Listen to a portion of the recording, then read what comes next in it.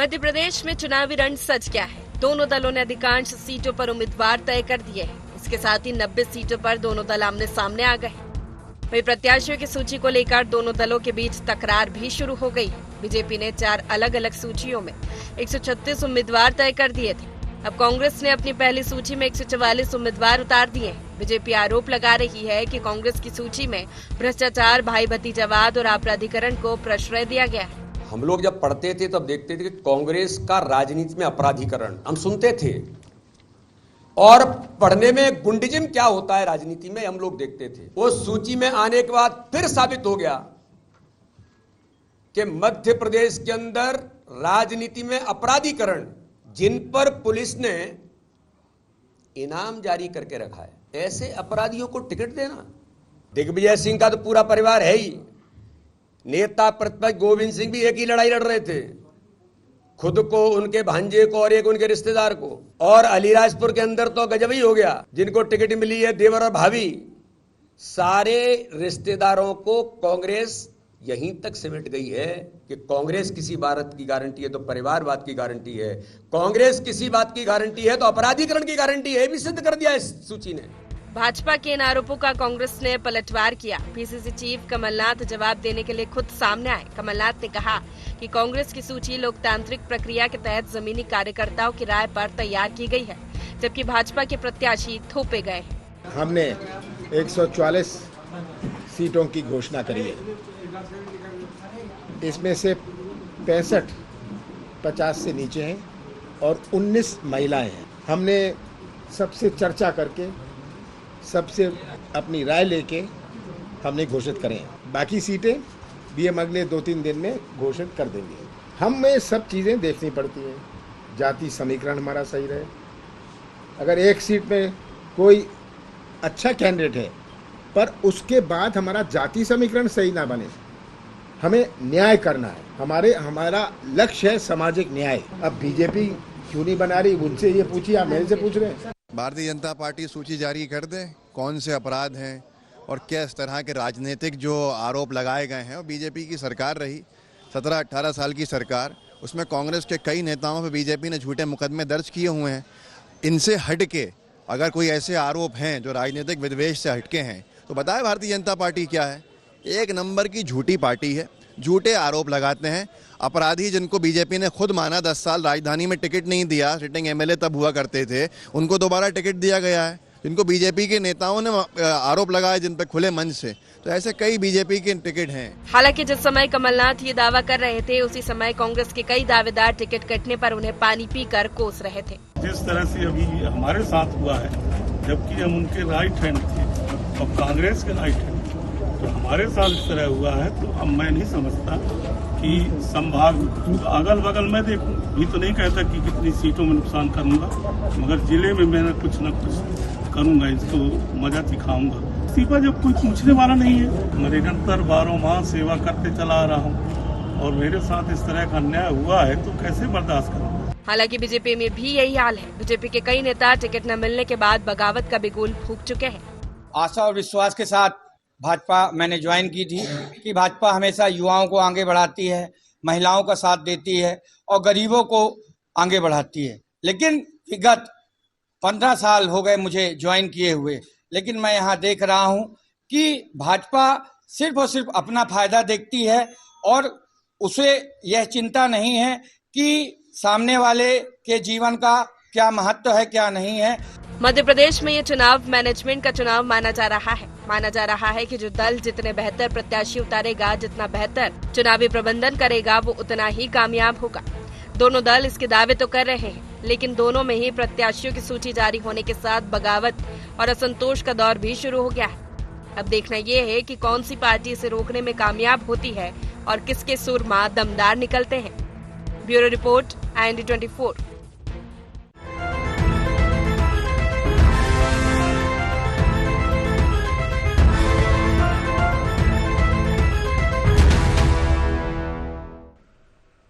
नमस्कार, IND agenda किसके सूरमा दमदार में आपका स्वागत है। मैं हूं आपके साथ नवीन पुरोहित। चर्चा को विस्तार देंगे, उसके पहले IND एजेंडा के मुख्य बिंदुओं की तरफ एक निगाह डालते हैं। मध्य प्रदेश का चुनावी रण तैयार, किसके सूरमा दमदार। अब तक की सूची में किसने उतारे बेहतर उम्मीदवार। परिवारवाद, भ्रष्टाचार, भाई भतीजावाद, अपराधीकरण से कौन रहा दूर। टिकट वितरण के बाद किस दल को भितरघात और बगावत का ज्यादा खतरा। नमस्कार, इन्हीं सवालों के साथ चर्चा में आप सबका पुनः स्वागत है। मध्य प्रदेश में भारतीय जनता पार्टी 136 तो कांग्रेस 144 सीटों पर अपने प्रत्याशी घोषित कर चुकी है और 86 सीटें ऐसी हैं जहां दोनों प्रमुख दल आमने सामने हैं, मतलब कांग्रेस का भी प्रत्याशी है और भारतीय जनता पार्टी का भी प्रत्याशी। भारतीय जनता पार्टी के नजरिए से देखा जाए तो चौंकाने वाली बात यह है कि केंद्रीय नेतृत्व, जो केंद्रीय मंत्री हैं, जो सांसद हैं, वो भी इस बार चुनावी समर में डटे हुए नजर आ रहे हैं। भारतीय जनता पार्टी की आकांक्षी सीट वो सीट जो भारतीय जनता पार्टी बहुत पहले से हारती चली आ रही है, लेकिन आकांक्षाएं वहाँ जीतने की, उन पर उन्होंने समय रहते 2-3 चरणों में अपने प्रत्याशियों को काफ़ी समय देकर घोषित कर दिया था, जिसका फ़ायदा उन्हें मिल सकता है। लेकिन जैसे ही उनकी मुख्य सूची आई, उसमें सभी दिग्गज जो टिकट कटने की संभावना जिसमें जताई जा रही थी वो इसमें नहीं दिखी। अब जो ये 100 सीटें बची हुई हैं लगभग, ये बहुत सीटें हैं जो निर्धारण करेंगी। अभी तक दोनों ही दलों ने बड़े संभल कर खेला है। कांग्रेस के खेमे में थोड़ी असंतोष, नाराजगी ज़्यादा है। वो कांग्रेस का अपना एक उसी प्रकार का सांगठनिक ढांचा है। लेकिन अब जो ये 100 सीटें हैं जिस पर हम भाई भतीजावाद, परिवारवाद और नए लोगों को मौका देने की बातें लगातार सुनते आ रहे हैं, इन 100 सीटों में क्या वो सब सामने आएगा या फिर सिर्फ जीत ही सबसे महत्वपूर्ण कारक रहेगा। तो इसी मुद्दे पर करेंगे चर्चा। हमारे साथ चर्चा में शामिल है प्रताप भानु शर्मा जी, पूर्व सांसद मध्य प्रदेश कांग्रेस के हमारे साथ हैं। पंकज चतुर्वेदी जी, प्रवक्ता, motivational trainer, Madhya Pradesh Bharatiya Janata party से हमारे साथ हैं। रमेश शर्मा जी, वरिष्ठ पत्रकार, हमारे साथ हैं। आप समस्त महानुभावों का बहुत बहुत स्वागत है। देखिए प्रताप भानु जी, ये 4 सुनार की और 1 लोहार की वाली स्थिति कर दी। ये 4 बार में 144, आप 136 और आपने 144 की सीधी सूची नवदुर्गों के पहले दिन एकदम मुहूर्त देख के, और इनके कड़वे दिनों में आई हैं सूचियां, उस पर भी तंज कस रहे हो। तो आपको क्या लगता है कि ये जो नवरात्रि के प्रथम दिन पर जब ये शुरू किया है आपने सिलसिला, ये सरकार तक जाएगा टिकट वितरण का सिलसिला? आपने अपने ओपनिंग रिमार्क में सब बात कह दी नवीन जी। जी। नवरात्रि में घोषणा कह दी, शुभ मुहूर्त की बात कर दी।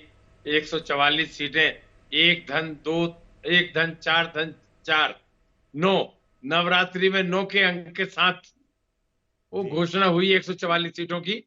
और जो जीतने वाले उम्मीदवार हैं उनमें अधिकतर 50% के लगभग युवा हैं, और जो जिताऊ हैं जिनके नाम जिला कांग्रेस कमेटी से, ब्लॉक कांग्रेस कमेटी से, कार्यकर्ताओं से निकल कर आए, सर्वे में जिनके जीतने की संभावनाएं अच्छी बताई गई, जाति समीकरण जिनके पक्ष में गए, उनको कांग्रेस ने बड़ी छानबीन के साथ में उम्मीदवार बनाए हैं। भले ही थोड़ी हमें देर लगी हो, परंतु 144 का पहले स्ट्रोक में ही एक लंबी सूची जारी कर दी है। और हमें विश्वास है, थोड़ा बहुत असंतोष होता है, किसी को नहीं मिला, एक जगह 8-8, 10-10 लोग टिकट मांग रहे हैं, प्रदर्शन भी होता है, भाजपा में भी हुआ है, वो सभी राजनीतिक दलों को उसका सामना करना पड़ता है। परंतु एक बात तो सही है कि जिस तरह से प्रतिस्पर्धा हमें इस बार टिकट के मांगने वालों की, टिकट के चाहने वालों की देखने को मिली पुरोहित जी, वो मेरे ख्याल में इस बात का संकेत है कि लोग इस बात से आशान्वित हैं, आश्वस्त हैं कि अब आने वाले समय में कांग्रेस की सरकार बनेगी, पूर्ण बहुमत की सरकार बनेगी, और अब उसमें कोई किसी भी तरह की कमी या कोई दखलंदाजी किसी भी तरह की नहीं हो पाएगी। इसीलिए थोड़ा समय लगा छानबीन करने में, सही प्रत्याशी के चयन में, और उसका अच्छा परिणाम कांग्रेस को बहुमत के रूप में 2/3 बहुमत हमें मिलने की संभावना है। जैसे कि सर्वे में आया है, हर सर्वे में आया है, 4-5 एजेंसियों ने सर्वे किया है मध्य प्रदेश का, और शिवराज सिंह के चेहरे से लोग ऊब गए हैं झूठी घोषणाओं से, थक गए हैं, अब बदलाव चाहते हैं। ये चुनाव जनता लड़ाना चाहती है अपने प्रत्याशियों को। ये सब बातों को ध्यान में रख के सूची जारी हुई है और नवरात्रि में हुई है। जगदम्बे माँ का, माँ भगवती का आशीर्वाद है प्रत्याशियों के साथ में और कमलनाथ जी के साथ। सरकार कमलनाथ के नेतृत्व में मध्य प्रदेश में कांग्रेस की बनेगी, ऐसी हमारी पूरी विश्वास है, ऐसी अच्छी संभावनाएं हैं। जी पंकज जी, ये संभावनाएं तलाश रहे हैं और जैसे आप चरणबद्ध तरीके से आगे बढ़े हैं और ये एकदम इन्होंने जी कुछ दिखा रहे हैं आप। जी सर, आप सवाल पूरा कर ले फिर मैं सारे उत्तर दूंगा सर। जी जी, तो वो ये बता देने दिखा क्यों रहे जी, ये तो बहुत अच्छे प्रवक्ता है भाजपा के, बता दे। तो सवाल यही है सर कि आप कह रहे हैं कि ये जो नवदुर्गों से शुरू हुआ है और अंक भी 9 है, ओपनिंग रिमार्क में उन्होंने बहुत संभावनाएं ढूंढी हैं और सरकार तक जा रही हैं ये संभावनाएं। देखिए, आदरणीय प्रताप भानु जी ने कहा कि बड़ी छानबीन करके सर्वे करके, तो ये छतरपुर पुलिस का नोटिस है, ये बिजावर के कांग्रेस प्रत्याशी चरण सिंह की, उस नोटिस में जो धाराएं लिखी हैं, लगातार घर में उक्त अपराधी लगातार घर में घुसकर मारपीट, बलवा सहित शासकीय कार्य में बाधा डाला, गैंगस्टर, डकैती सहित अन्य जघन्य अपराध लगातार करता रहा है। बिजावर के कांग्रेस के प्रत्याशी का 10,000 के नाम का नोटिस है। धारा मैंने आपको बता दी, कोई चक्का जाम धरना प्रदर्शन नहीं है, ये कांग्रेस की छानबीन सर्वे का नतीजा। आ जाते सनातन को लेकर, कांग्रेस पार्टी को थोड़ा सा शर्म करना चाहिए। भाई साहब क्षमा करना, कांग्रेस की बात कर रहा हूं, आपका बहुत आदर करता हूं प्रताप भानु भाई साहब। वो कांग्रेस पार्टी जो घमंडिया गठबंधन का हिस्सा है, जिसके नेता सनातन को समूल नष्ट करने वालों के साथ खड़े हैं, जो मेरे सनातन धर्म को कीड़े मकोड़े, मक्खी, मच्छर, एड्स और कोरोना के समान मानते हैं, जिसके नेता राम नाम का, राम काज का विरोध करते हैं, जिसके नेता भगवा आतंकवाद, हिंदू आतंकवाद की बात करते हैं, उनको सनातन शुभ मुहूर्त की बात करने का अधिकार किसने दिया नवीन जी? हम ये जानना चाहते हैं इनसे। आज इसीलिए चुनावी हिंदू कहते हैं कि चुनाव भाई साहब 2 मिनट बात पूरी जब आपको उत्तर दीजिएगा। चुनाव के पहले सनातन को मिटाओ, सनातन को समूल नष्ट करो, उनके साथ कंधे से कंधा मिलाकर खड़े हो। इसीलिए इनको कहते हैं चुनावी हिंदू, कि चुनाव के समय इनको गंगा मैया, नर्मदा मैया, मंदिर, भगवान सब याद आते हैं और बाकी समय सनातन को नष्ट करने की बात करते हैं। जहां तक रही बात विरोध की, नवीन जी, यादवेंद्र सिंह जी भी एक दूसरे चैनल पर मेरे साथ थे, उन्होंने स्पष्ट तौर पर कहा, अभी थोड़ी देर में वीडियो मेरे पास आएगा, जारी करूंगा, कि कांग्रेस में टिकट बेचे गए हैं। सज्जन सिंह पर उन्होंने ओपन आरोप लगाया कि वो कमलनाथ के लिए दलाली कर रहे हैं और दलाली करके टिकट बांटे जा रहे हो। ये मैं नहीं कह रहा हूं, वो कांग्रेस के लोग कह रहे हैं। कांग्रेस के एक नेता ने कहा कि ये पिछड़े वर्ग का अपमान करते हैं। एनपी प्रजापति के समर्थकों ने कहा कि ये दलितों का अपमान करते हैं। आदिवासी समुदाय में अलग नाराजगी है। मुकेश नायक के पुतले जल रहे हैं। दिग्विजय सिंह जी के परिवार पर ऐसी असीम कृपा की बेटे को, भाई को, भतीजे के मामा को, भांजे को, भांजे के रिश्तेदार को, गोविंद सिंह का खुद का टिकट।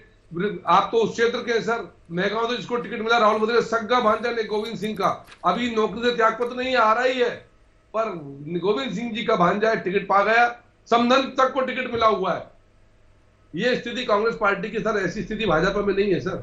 1-2 कार्यकर्ताओं में किसी में रोष है तो वो भारतीय जनता पार्टी कार्यकर्ताओं, इतनी बड़ी चुनावी व्यवस्था में रोष होता है, पर किसी ने बीजेपी में टिकट बेचने का आरोप नहीं लगाया, किसी ने ओबीसी के अपमान का आरोप नहीं लगाया, किसी ने इस प्रकार के कृत्य नहीं किए जैसे कृत्य इनके। यहाँ तो वो लोग भी हैं जो बहन बेटियों को ट्रेन में छोड़ते हैं। यहाँ उमंग श्रृंगार भी है, जिनके श्रृंगार रस्ते किससे सर हमने देखे, शर्म से डूब मरने की स्थिति जिनकी, वो सब है सर। ऐसे लोग इनके साथ है जिनको अपनी पार्टी के कार्यकर्ताओं का सर विश्वास नहीं है सर। वो जन विश्वास कैसे अर्जित करेंगे? पंकज जी ने जो वर्णन किया है सर, देखिए ये बात तो तय है कि इस बार बहुत कुछ दारूमदार विचारधारा तो अब जो है सो है, एक बहुत स्पष्ट विचारधारा है। भारतीय जनता पार्टी का ये प्लस पॉइंट है कि भारतीय जनता पार्टी जब से राजनीति में आई है वो बहुसंख्यक वर्ग की राजनीति की हिमायती रही है, बहुसंख्यक वर्ग के हक और हुकूक की आवाज़ उठाती। भले ही वो अल्पसंख्यकों का विरोध नहीं करती हो, लेकिन कांग्रेस ने उन्हें अल्पसंख्यक विरोधी साबित करने की भरसक कोशिश की है और कांग्रेस अल्पसंख्यकों की हिमायती भी है। पिछली बार कमलनाथ जी का एक ऑडियो भी, वीडियो भी वायरल हुआ था कि भाई जहां मुस्लिम वोटिंग ज़्यादा है वहाँ 100% पोल पे लोग ले जाएं। अब जाति की भी बात की है कमलनाथ जी ने और प्रतिनिधियों की भी बात करी है। तो भारतीय जनता पार्टी इस समय पे सॉफ्ट हिंदुत्व का रुख भी अपना रही है कांग्रेस। तो आपको क्या लगता है कि जो उनका केंद्रीय नेतृत्व है, राष्ट्रीय नेतृत्व है, उसकी विचारधारा और जो प्रादेशिक नेतृत्व है उसकी विचारधारा और फिर इंडिया जो गठबंधन है वो लोकसभा चुनावों के लिए तो काम है करेगा, विधानसभा चुनाव में वो काम नहीं करेगा, तो कोई स्पष्ट संदेश दे पाएंगे इससे? देखिए, मोटे तौर पर मुझे जो लग रहा है कि इस समय पूरा विपक्ष किसी भी प्रकार से, किसी भी रणनीति से भारतीय जनता पार्टी को सरकार से हटा करके खुद सरकार में आने के अभियान में है। उन्होंने जो विधानसभा में कहा कि गठबंधन काम नहीं करेगा, उसका कारण केवल इतना है कि अलग अलग प्रांतों में अलग अलग जो दल हैं वो प्रभावी हैं। तो कुल मिलाकर के पूरा गठबंधन उनका इस पर काम कर रहा है और यही उनके प्रचार की नीतियां भी हैं। अब आप अगर देखेंगे कि कांग्रेस इस समय बहुत ताकत के साथ जाति की बात कर रही है, जाति की जनगणना हो, ओबीसी के साथ अन्याय हो। आप कल्पना कर सकते हैं जातिगत जनगणना का जब स्वतंत्र हुए तो गांधी जी ने विरोध किया, नेहरू जी ने विरोध किया, सरदार पटेल ने विरोध किया, लोहिया जी ने विरोध किया, अंबेडकर जी ने विरोध किया। सेकंड पीढ़ी में इंदिरा जी के बयान है कि जातिगत जनगणना राष्ट्र के हित में नहीं। और उसके बाद चूंकि इस समय एक वातावरण जो बना है, कहीं ना कहीं अब उसको भाजपा का हम सॉफ्ट हिंदुत्व कह लें या राष्ट्रवाद कह लें या सांस्कृतिक जागरण कह लें, कहीं ना कहीं हिंदुत्व में जो एकता तो आई है, तो उसके कारण उनको लगता है कि कहीं ना कहीं अब जाति की बात तो होना ही चाहिए। तो वो जो जाति की बात करके इस समय, फिर इसके अलावा आपने अगर देखा होगा कि कांग्रेस के एक स्टेटमेंट भी आए थे, उन्होंने कहा था कि टिकट किसको मिलेगा, तो जिनके जीतने की संभावना होगी उनको टिकट मिलेगा। इसका मतलब जो आपने कहा कि इस समय विचारधारा थोड़ी सी 19 पर चली गई है, कांग्रेस के सिद्धांत भी थोड़ा सा 19 पर चले गए हैं। तो जाति की बात करना, धर्म की बात करना, चूंकि कांग्रेस धर्मनिरपेक्षता पर रही है, वो धर्म के आधार पर उसने बहुत ज़्यादा काम नहीं किया। हालांकि किसी को धर्म मनाने पर रोका भी नहीं, ऐसा भी नहीं किया कि किसी पर उन्होंने रोक लगाई हो। ये ठीक है कि कुछ आरोप उन पर लगते रहे हैं, तो लेकिन खुद आगे रह करके वो धर्मनिरपेक्षता पर रही है। लेकिन पहली बार खासतौर से इन राज्यों में जो देखा जा रहा है, विशेषकर राजस्थान में और मध्य प्रदेश में, कहीं ना कहीं कांग्रेस अब धर्म की भी बात कर रही है, जाति की भी बात कर रही है और जिताऊ उम्मीदवारों की बात कर रही है। तो इसलिए उनके सिद्धांत थोड़ा सा पीछे हैं। अब ये रणनीति उनको कितनी सफलता देगी ये आज नहीं कहा जा सकता। उसका एक कारण है कि 2018 का अगर आप चुनाव देखेंगे तो दोनों पार्टियों को लगभग बराबर वोट मिला है। अगर किसी रणनीति से जो भी पार्टी 2018 की तुलना में अगर 3% वोट भी बढ़ा लेगी, वो सरकार बनाएगी। तो वो जो 3% के लिए ये कोशिश बराबर हो रही है। जी प्रताप भानु जी, देखिए राष्ट्रीय नेतृत्व आपका जो इंडिया गठबंधन में जो लोग हैं वो प्रादेशिक चुनाव में आपके प्रतिद्वंदी हैं। मतलब कहते हैं ना एक वो कि महेरी में सांझे और खीर में न्यारे वाली स्थिति है कि भाई अगर साथ में है तो फिर सब में खीर में सांझे, महेरी में न्यारे। अभी हमें तो यहाँ महेरी से ज्यादा खीर थोड़ा इम्पोर्टेंट है, इसलिए मैंने बदल दिया कि भाई खीर में तो आप साझे और, हाँ, खीर में साझे और महेरी में न्यारे हो। तो या तो लोकसभा विधानसभा में अगर है गठबंधन तो दिखे, और नहीं है तो विधानसभा में आपस में प्रतिद्वंदी हैं और लोकसभा में एक साथ हैं। ये और आपके जो दल हैं वो सनातन के विषय में कई बार जो सहयोगी घटक हैं वो कई बार अमर्यादित टिप्पणियां कर देते हैं। उनका खामियाजा आपको नहीं लगता कि भारतीय जनता पार्टी कोशिश तो करेगी डैमेज करने की उन सबसे? नवीन जी, दोनों विषयों पर मैं आपको जानकारी दूंगा। जो महागठबंधन राष्ट्रीय स्तर पर बना है उसका नाम ही इंडिया है, माने वो राष्ट्रीय राजनीति के परिप्रेक्ष्य में बना हुआ गठबंधन है, जिसमें क्षेत्रीय पार्टियों को साथ में लेकर राष्ट्रीय नजरिए में भारत के सर्वधर्म समभाव को संरक्षित करते हुए उस गठबंधन को किया गया है। और जहां तक प्रांतीय चुनावों का, प्रादेशिक चुनावों का, मध्य प्रदेश का, राजस्थान का, अन्य जगह के चुनाव का बात है, जो सहयोगी पार्टी हैं उसमें वो सहयोग करेंगी, उसमें कहीं कोई कठिनाई नहीं है। इसमें हमारे चतुर्वेदी जी चिंतित ना हो, वो हमारा अंडरस्टैंडिंग का मामला है और वो रिजॉल्व होगा हाईकमान के स्तर पर, कहीं कोई कठिनाई नहीं है। इंडिया गठबंधन को राष्ट्रीय परिप्रेक्ष्य में ही देखा जाना चाहिए, लोकसभा के चुनाव में देखा जाना चाहिए। पर यदि कोई उस गठबंधन की कोई शाखा या कोई राजनीतिक दल किसी प्रदेश में प्रभावी है तो उसका सहयोग लिया जा सकता है। इसमें कहीं कोई आपत्ति नहीं है, अंडरस्टैंडिंग के साथ वो काम आगे बढ़ेगा। दूसरा, सनातन धर्म वाली बात करी, धार्मिक एजेंडा की बात करी, जात बिरादरी की बात करी, तो पंकज जी के भाषा से, उनके वक्तव्य से ही ये साफ जाहिर हो जाता है कि आपके दिए गए विषय से यदि वो विषयांतर कर रहे हैं तो इसका मतलब यह है कि इस विषय पर कहने के लिए कुछ नहीं है उनके पास, और वो अपना पक्ष रखने में वो असमर्थ हैं। तो वो चले गए सनातन पर, और सनातन की परिभाषा में चले जाओगे तो मैं तो बहस करने 1 घंटे 2 घंटे 4 घंटे 1 दिन पूरा तैयार हूं। और सनातन किसी की ठेकेदारी नहीं है, वो स्वामी शंकराचार्य जी, आदि गुरु शंकराचार्य जी ने जो अद्वैत सनातन धर्म और उसकी बात करी है, हिंदू धर्म की, वही है, कोई भाजपा या आरएसएस का दिया हुआ धर्म नहीं है वो। और सुनिए आप, हम तो 22 वर्ष सनातनी है, हमसे बात करो ना आप, जो इस प्रदेश के नहीं है, जो इस विषय के नहीं है, जो इसको नहीं समझ रहे हैं, उनके बयान को कोट करके आप अपनी बात कहना चाहते हो। और यहाँ की राजनीति, क्योंकि आप फेल हो गए, भ्रष्टाचार आपके ऊपर हो गया, बेरोजगारी आपके ऊपर हो गई, 50% की कमीशन की सरकार हो गई, महाकाल में महा घोटाला हो गया, प्रतिक्रिया ले लेता, बंद बिक गया, सरकारी योजनाओं में भ्रष्टाचार हो गया, अब आप सनातन को ले आए। हम तो 22 वर्ष सनातनी है, क्या आप चुनौती दोगे? प्रतिक्रिया ले ले, तो क्या चुनौती देंगे सर? तो 22 वर्ष सनातनी है। देखिए नवीन जी, मैं प्रयास करता हूँ विषय पर रहूं, समर्थ हूँ असमर्थ हूँ ये तो आप आज आ गए तो आनंद आ गया, तो आप तय करेंगे, रमेश जी भाई साहब तय करेंगे, प्रताप भानु भाई साहब भी मन में तय करेंगे, नवीन जी को देख सर उत्तर तो ले लें। तो मैं समर्थ हूँ असमर्थ हूँ ये तो लोग तय करेंगे, भाई साहब प्रताप भानु भाई मन में तय करेंगे, पर कांग्रेस की बात है तो उनको करना मुझे आपत्ति भी नहीं है, बहुत सम्मान करता हूँ, उनका विद्वान आदमी है। मैं सिर्फ इतना कह रहा हूँ, मेरा सनातन की बात क्यों करी? मुझसे ज्यादा विद्वान है। नहीं भाई साहब, बस यही सनातन है, यही सनातन है जो चल रहा है स्क्रीन पे, बस ये बना रहे, बाकी सब क्षणभंगुर है, यही सनातन है, ये सम्मान। आपकी डेफिनेशन मंजूर। जी जी जी, लो अभी अप्रूव भी हो गई है पंकज जी। सबसे बड़े सनातनी तो रमेश शर्मा जी बैठे हैं, पंडित जी। रमेश भाई साहब से बड़ा कौन है भाई साहब? परशुराम कथा करने वाले विद्वान व्यक्ति भाई साहब। जी जी, है ना, मैं सिर्फ आगे कर रहा था कि सुनने में आनंद आता है। हाँ, लेकिन समस्या ये है कि मतलब जैसे कांग्रेस का मतलब प्रताप भानु जी नहीं है, या प्रताप भानु जी का मतलब कांग्रेस नहीं है, जैसे कि पंकज चतुर्वेदी जी का मतलब भारतीय जनता पार्टी नहीं है, या भारतीय जनता पार्टी का मतलब पंकज चतुर्वेदी जी नहीं है, जैसे कि पत्रकारिता का पूरा कहना चाहिए पर्यायवाची रमेश शर्मा जी या मैं नहीं हूँ, या हमारा पर्यायवाची पत्रकारिता नहीं है, हमारा व्यक्तिगत मामला अलग है। लेकिन जब पार्टी की बात करते हैं तो उससे जुड़ा हुआ एक व्यक्ति, बिछे हो चाहे लाखों फूल पांव के नीचे, कसकती है वो भूल अगर आ जाए एक कांटा पांव के नीचे, तो उदयनिधि का कांटा तो खटकेगा।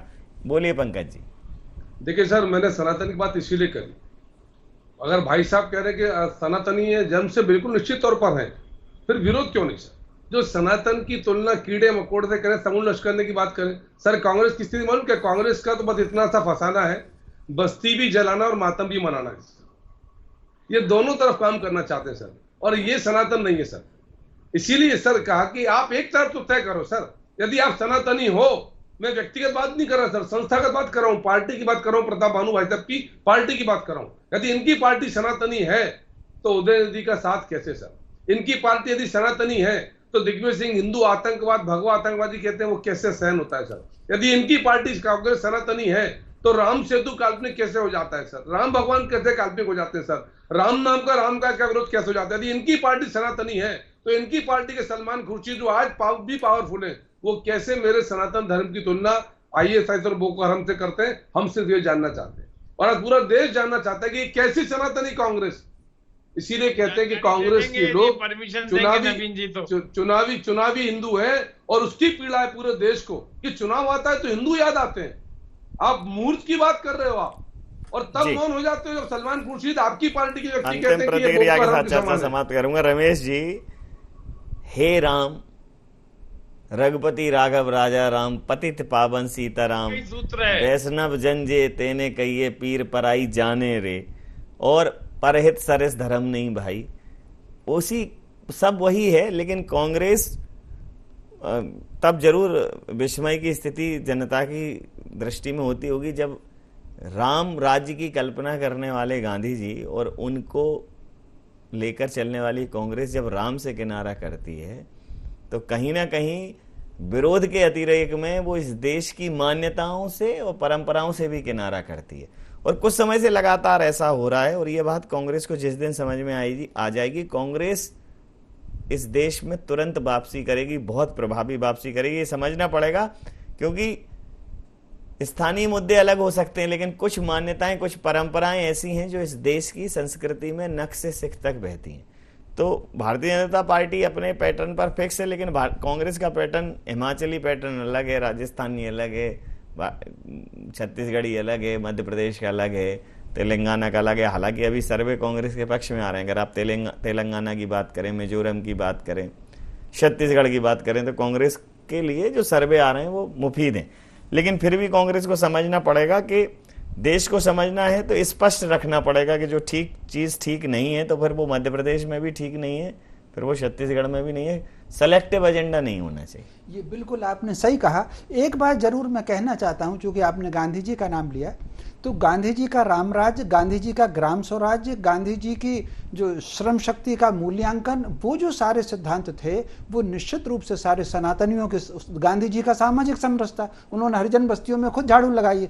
लेकिन अब स्वतंत्रता के आसपास कुछ वातावरण उस समय ऐसा रहा जिसमें गांधी जी की बातों को किनारे कर दिया गया। और दो बात का उदाहरण मैं जरूर दूंगा कि जिस प्रकार संविधान सभा में अंग्रेजों के भी प्रतिनिधि थे, या स्वतंत्रता में जो पहले गवर्नर जो बनाए गए अंतिम वायसराय को, गांधी जी उसके बिल्कुल पक्ष में नहीं थे, इसीलिए उन्होंने 15 अगस्त के स्वतंत्र आंदोलन में दिल्ली में हिस्सा नहीं लिया था। और उनका जो अंतिम अनशन था वो अपनी सरकार के विरुद्ध था, नेहरू जी की सरकार के विरुद्ध था जो अंतिम अनशन उनका जो है। तो कहीं ना कहीं गांधी जी का सिद्धांत छोड़ दिया गया था, इसलिए गांधी जी तो थोड़ा, फिर उसमें मैं एक आरोप नहीं लगाऊंगा, लेकिन उस वक्त मुझे जो लगता है कि सबको साथ लेकर चलने की जो बात हुई उसके कारण फिर सब माउंटबेटन भी उसमें एडजस्ट हुए, सेना अध्यक्ष भी एडजस्ट हुए, और विशेष खासतौर से जो इंटेलिजेंस का हेड था, जो अंग्रेजों के समय इंटेलिजेंस का हेड था, वो स्वतंत्र भारत में भी वही इंटेलिजेंस का हेड बना रहा। तो कुछ चीजें ऐसी रही सबको साथ लेकर के चलने की, जिससे कुछ विसंगति पैदा हुई, और उस विसंगतियों को कांग्रेस आज भी विपक्ष के आरोपों में झेल रही है। तो मोटे तौर पर इस पर कहीं ना कहीं दो टूक आना चाहिए, सनातन का शब्द तो रहना चाहिए, और अगर सनातन परंपराओं का पालन वो मध्य प्रदेश में कर रहे हैं तो राष्ट्रीय स्तर पर कहना चाहिए। खड़गे जी का वो बयान कि अगर मोदी मजबूत होगा तो सनातन धर्म मजबूत होगा, ये मैंने सारे चैनलों पर देखा। इन चीजों से बचना चाहिए कांग्रेस। समय सीमा के चलते मैं ये चर्चाएं समाप्त करूंगा। आप समस्त महानुभावों का बहुत बहुत धन्यवाद, बहुत बहुत आभार। तो दोनों तरफ सूरवीर खड़े हैं, दोनों तरफ सूरमा खड़े हैं, लेकिन अस्त्र शस्त्र धनुष, अगर मध्य प्रदेश में धनुष है तो वो राजस्थान में चक्र नहीं हो जाएगा। तो शब्दों के जो तीर हैं वो अपना रूपांतरण ना कर लें कहीं और जाके, सेलेक्टिव एजेंडा ना हो।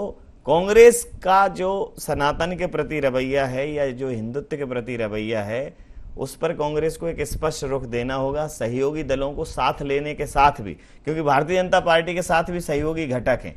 तो अब देखना दिलचस्प होगा कि 2023 का ये रण 5 राज्यों में भारतीय जनता पार्टी और कांग्रेस को कहां खड़ा करता है। इंडिया एजेंडा में इतना ही। आप बने रहिए IND24 के साथ और देखते रहिए IND24। नमस्कार।